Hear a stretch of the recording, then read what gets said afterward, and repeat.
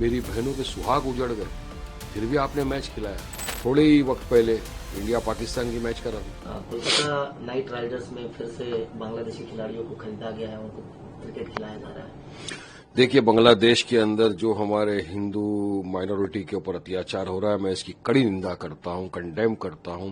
किसी को भी कायदा कानून अपने हाथ में लेने का अधिकार नहीं है, और जो लोग इस तरह की घटनाओं को अंजाम दे रहे हैं, हम तो चाहेंगे कि बांग्लादेश की सरकार उनके खिलाफ कड़क कार्रवाई करे, उनको सजा दे। देखिए, किसी को भी वायलेंस का मैंने हमेशा से कंडेम किया था, करता हूं, करता रहूंगा। वायलेंस नहीं होना चाहिए, कायदा किसी को हाथ में लेने का अधिकार नहीं। मगर वहीं पर आप देखिए, हमारे भारत देश के अंदर भी इस तरह से मुस्लिम माइनॉरिटी के ऊपर अत्याचार होता है। कभी जेएसआर के नाम के ऊपर मॉब लिंचिंग कर दी जाती है, तो कभी गाय के झूठा इल्जाम लगाकर उसको मार दिया जाता है, मगर तब कोई कंडेम नहीं करता। कंडेम होना चाहिए। किसने इजाजत दिया इनको मॉब लिंचिंग करने की? किसी को इजाजत नहीं है कायदा कानून अपने हाथ में लेने की। मगर उस टाइम नहीं करता। यहाँ ही नहीं, इतना ही नहीं, अखलाक, जिसको यूपी के अंदर मॉब लिंचिंग करके मार दिया जाता है घोष के झूठे इल्जाम लगाकर, उसके जब जो दरिंदे कातिल जमानत पे बाहर आ जाते हैं, उनको फूलहार पहनाया जाता है, मिठाई खिलाई जाती है। इतना ही नहीं, जब योगी सरकार अब तो ये फैसला ले रहे हैं कि उनके ऊपर से केस हटा दिया जाए, तो आप मॉब लिंचिंग को बढ़ावा दे रहे हो ना। मॉब लिंचिंग को बढ़ावा क्यों देना चाहते हो आप? तो हम तो कंडेम करते हैं।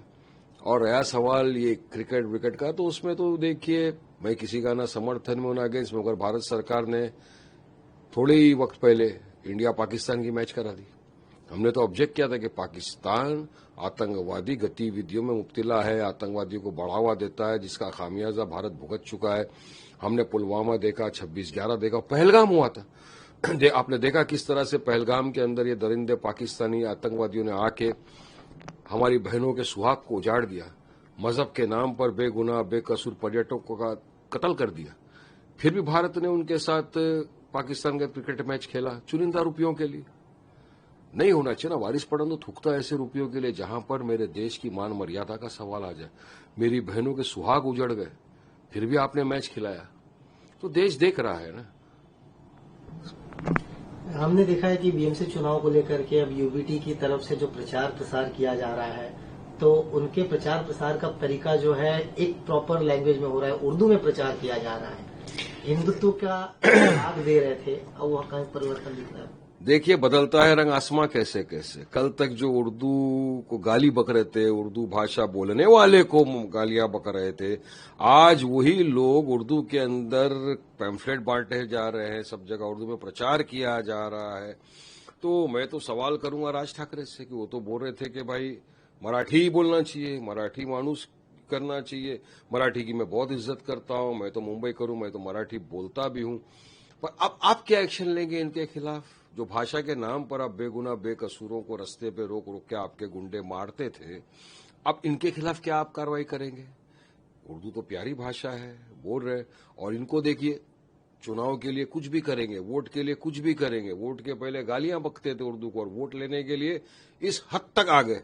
मतलब जनता देख रही है महाराष्ट्र की कि क्या हो रहा है। अब डेवलपमेंट विकास का तो कोई मुद्दा बचा नहीं है, पोलराइज करना है, और अब इस तरह उर्दू का सहारा लेके वोट मांगने निकल पड़े। जवाब मिलेगा। खबरों की रणभूमि में यहां शोर नहीं, सोच लड़ती है। जहां शब्द नहीं, फैक्ट्स वार करते हैं, और हर सवाल खोलता है सच की नई परत।